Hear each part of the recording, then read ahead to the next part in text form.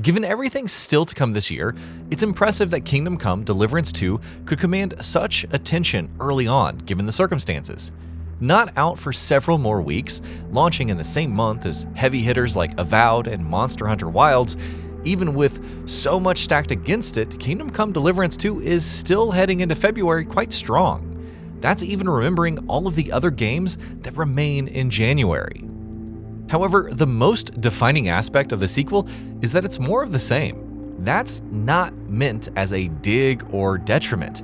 Perhaps the highest praise that many have offered Kingdom Come Deliverance 2 is that it's ever so much closer to realizing the studio's ambitions for fully simulating a medieval world on this scale. Inside, at least I think I did. A moment's distraction is all it takes. Someone must have filched it from you. If I don't find it, I'm done for. Now hold on, wait. What are you doing? Give it back right now. The open world has remained the same in many respects, embracing a more methodical pace and tone while highly favoring realism over the usual video game contrivances. These contrivances would often be classified as conveniences in more traditional titles. Their absence could thus lead to tedium for those who prefer quality of life, and there's nothing wrong with that. However, placing more emphasis on certain actions and making every little nuance matter leads to a more worthwhile role-playing experience. Nicholas of Prague here is also a master longswordsman, and we don't need another. Any more than we need your foreign poses. Right then. So while we face your Nikolaus or any other man, we shall see then who's der wahre Meister and who is just full of hot air. Of course, the improvements to the world go far beyond that. This rendition of 15th century Bohemia, which ventures to the city of Kuttenberg, isn't just aiming to look good. It's not even about packing in more NPCs or things to do, though fans of the original can expect a hefty amount of content. The emphasis is on fleshing out, bringing it to life, if you will. Ha! That was just a little appetizer. And now I'm hungry again. So I reckon it's time for another course. What do you say? Quests, both main story and otherwise, play a role in that, but the complex web of systems in Kingdom Come Deliverance 2 is what really seals the deal. There's a symbiotic relationship between the environment and its people. One influences the other and vice versa. Add social aspects like reputation, status, literacy, and so on, and, well, the fun begins. For example, you may be responsible for many heroic deeds in the first game, but that doesn't matter in the sequel, especially when Henry loses his armor at the beginning. People won't take someone dressed in dirty clothes seriously. On the other hand, dress fancier and clean yourself up and suddenly they're singing a different tune, sometimes. Their own position thus becomes the outlier, and you'll need to think of some fancy ways to win them over. Or you could go another route and sabotage their wardrobe before important talks take place to gain the advantage. All's fair in the proverbial war of words. My conscience is clear, which is more than can be said for you. You're telling the truth, Amaram. I heard about it too. Nevertheless, the duels will go ahead with longswords. But because Henry committed a dishonorable deed against the Kuttenberg Brotherhood, they shall be allowed an advantage.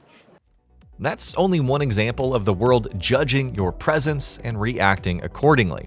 Other notable examples include people being suspicious of you if a crime occurs in a location, even if they don't directly see you.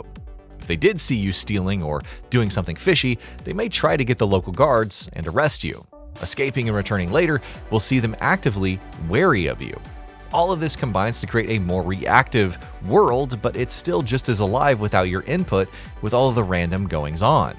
Once again, how you choose to get involved in events like two villagers fighting or a caravan passing by could have long-term consequences. What's even more impressive is how your playstyle will influence Henry's way of life. If you're someone who prefers collecting herbs to concoct solutions, then don't be surprised if the townsfolk avoid you due to messy clothes and the smell of dirt. On the other hand, becoming a powerful sword fighter may command fear, especially if Henry walks around with blood on his face. There's no inaccurate way to play either. If you don't want to pursue the main quest and instead hang around, making an honest living as a blacksmith, That is also possible. It's astonishing because we've seen titles that offer an extensive amount of branching and reactivity, not to mention sandboxes offering an incredible playground to live out one's fantasy. Kingdom Come Deliverance 2 provides the same, at least on a laser-focused scale. The first game showcased shades of the same approach, though not with this level of attention and detail. We still don't know how all of these different playstyles and decisions will affect the world. Can it stay the same without your expressed driving of the story? Will slaying certain NPCs render them dead for the remainder of the experience, and what consequences could that potentially have? It's not likely that Henry will grow old as players choose to remain in a village for the remainder of their lives, making an honest living. Is it? All of these sound like they would be far-fetched, especially within the context of a story that's just as much about the medieval Civil War and Henry transitioning from a man to a warrior as it is about personal freedom. Then there's the whole technical aspect of it all. Can the team pull it off while ensuring better stability and performance? What kinds of odd interactions could emerge from all these different systems tussling with each other? Early impressions of performance on PC seem relatively positive, though there will be a patch, but that's only for the initial 24 hours or so. How the rest of the experience fares at launch, see Baldur's Gate 3, is a different matter. If Kingdom Come Deliverance 2 can deliver a compelling story and characters to go with this current open-world approach, that would be more than enough. Going even further makes it all seem like the sky's the limit, especially with this level of presentation and fidelity. Its incorporation of all the nitty-gritty that would make for a proper medieval simulator is just another level. And while this won't be an experience for everyone, Kingdom Come Deliverance 2 could be one to remember.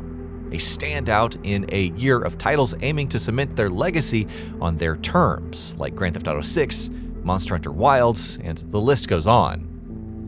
Perhaps the most exciting prospect is that all impressions of the sequel's world are based on early previews. These don't represent the game as a whole, much less the goings-on in bigger cities. And yet the commitment to being one's version of Henry through thick and thin, even if it doesn't feel like the right way to play, is lovingly dedicated and detailed. It doesn't feel like it should necessitate that much attention or resources from the development team, and yet it does and works well. Here's hoping it doesn't collapse at launch and offers some enjoyable combat. And that'll be about it for this one. If you guys like what we're doing at Gaming Vault, please consider subscribing to our channel, and I'll see you guys on the next video.